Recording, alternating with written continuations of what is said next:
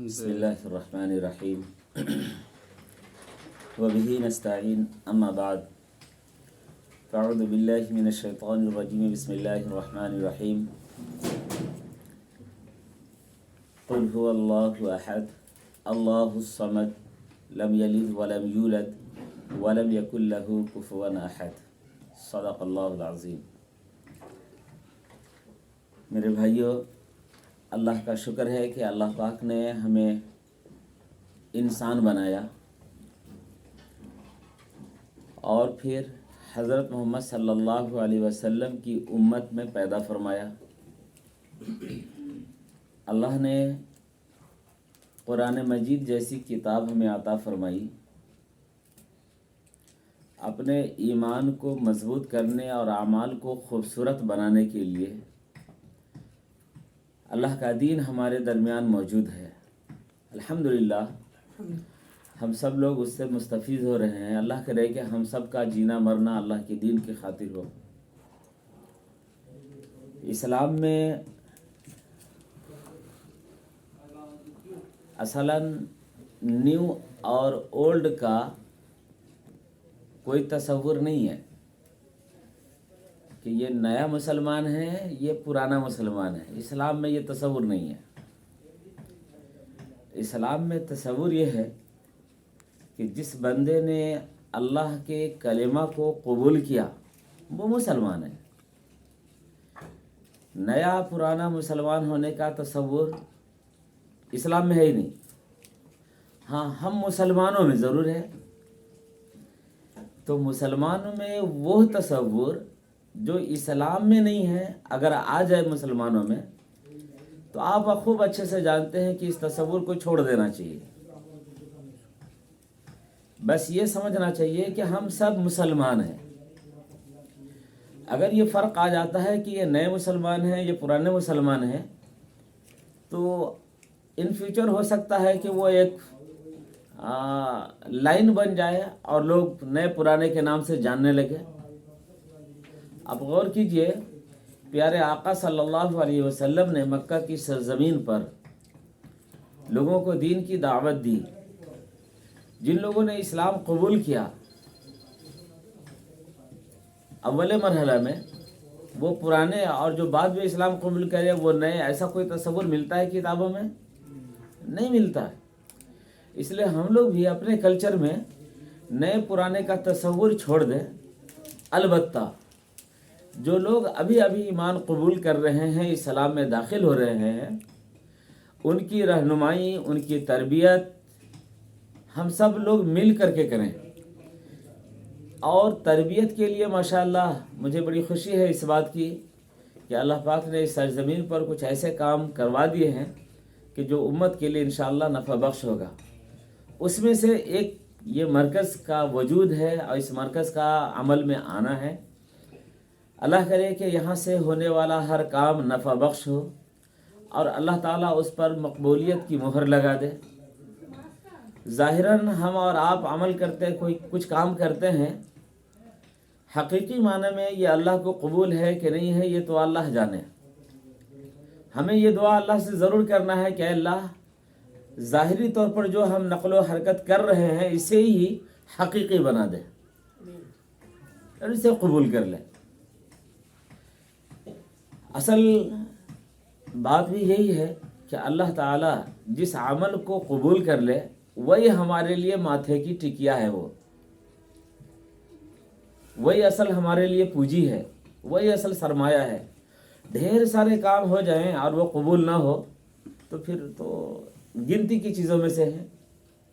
اس لیے اللہ تعالیٰ سے ہم سب کو رجوع بھی ہونا ہے، اللہ سے دعا بھی کرنا ہے۔ دعا جتنا زیادہ کریں گے اتنا فائدہ ہے۔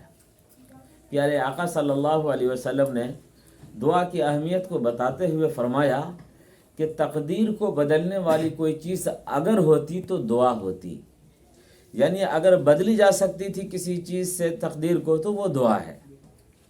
اس سے اس کی اہمیت کا اندازہ ہوتا ہے کہ دعا کا کتنا اہتمام اللہ کے نبی نے کیا اور امت کو بتایا۔ ہم لوگوں کو بھی دعاؤں کا خوب اہتمام کرنا چاہیے۔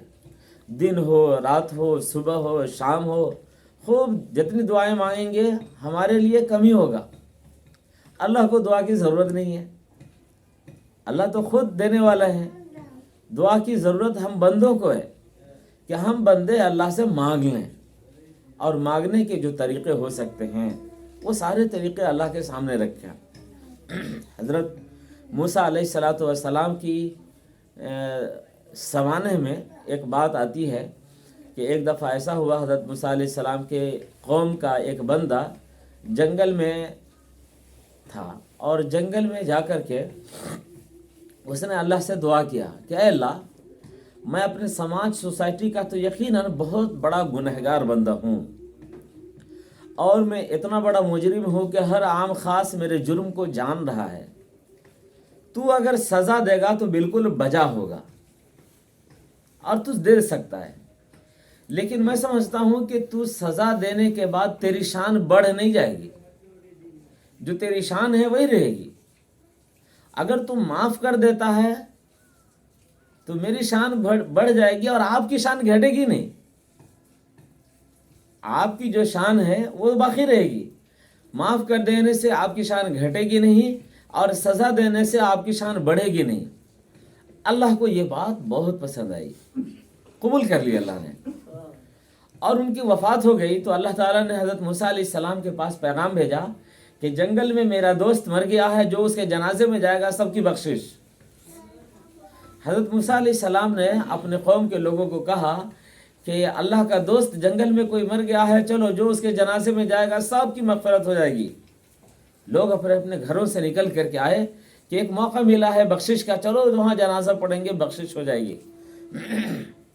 جب لوگ وہاں پہنچے تو دیکھا کہ ارے یہاں تو وہ بندہ ہے جس کو ہم لوگ گاؤں سے دھکے مار کے نکالے تھے. موسیٰ علیہ السلام سے کہا یہ کیسا مذاق ہے؟ جس کو ہم لوگوں نے مل جل کر کے گاؤں سے نکالا ہے، اس کے بارے میں تم کہتے ہو اللہ کا دوست ہے. حضرت موسیٰ علیہ السلام کلیم اللہ تھے، اللہ سے بات کرتے تھے. انہوں نے اللہ کو فون کیا اور اللہ سے بات کی، کہا یا اللہ میری قوم کے لوگ کیا کیا کہہ رہے ہیں. تو اللہ پاک نے کہا کہ تمہاری قوم کے لوگ جو کچھ کہتے ہیں وہ ٹھیک کہہ رہے ہیں، اور میں جو کچھ کہہ رہا ہوں میں بھی ٹھیک کہہ رہا ہوں. لوگوں نے تو یہی سمجھ کر کے نکالا، اور اس وقت یقیناً یہ گنہگار تھا، مجرم تھا، لیکن اس نے ایک ایسی بات ہم سے کہی کہ اس کی بات، اس کا انداز، اس کا طرز مجھے بہت پسند آ گیا، اور اس انداز پر میں نے اس کی دعا کو قبول کر لی. جب ظاہر ہے میں نے قبول کر لیا اور اس کو معاف کر دیا تو اب تو میرا دوست بن گیا وہ. تو جو تمہارے قوم کے لوگ بول رہے ہیں وہ بھی ٹھیک ہے، میں جو کہہ رہا ہوں میں بھی ٹھیک کہہ رہا ہوں. تو دعا کا اہتمام خوب کرنا چاہیے، خصوصاً جو لوگ ابھی ابھی اسلام میں داخل ہو رہے ہیں یا داخل ہوئے ہیں. ان کے گھر کے لوگ ہوں گے، ان کے والدین ہوں گے، ماں باپ، بھائی بہن، بیوی بچے اور دوسرے رشتہ دار ہوں گے. ان لوگوں کو پیسوں سے خریدا نہیں جا سکتا. ان کے دل دعا کریں ان کے حق میں، اللہ تعالیٰ اوپر سے اگر فیصلے فرما دیں گے تو انشاءاللہ یہ حضرات بھی ایمان میں، اسلام میں داخل ہوں گے. اور یہ بات سچ ہے کہ اگر کوئی بندہ اسلام قبول کرتا ہے، اس کو اپنے گھر پریوار سے، اپنے رشتہ داروں سے جو عقیدت ہے اور جو محبت ہے دوسرے لوگوں کو نہیں ہے. تو وہ اپنے جس انداز سے اللہ سے مانگیں گے تو ضرور اللہ تعالیٰ رحم فرمائیں گے اور دعا کو قبول کریں گے.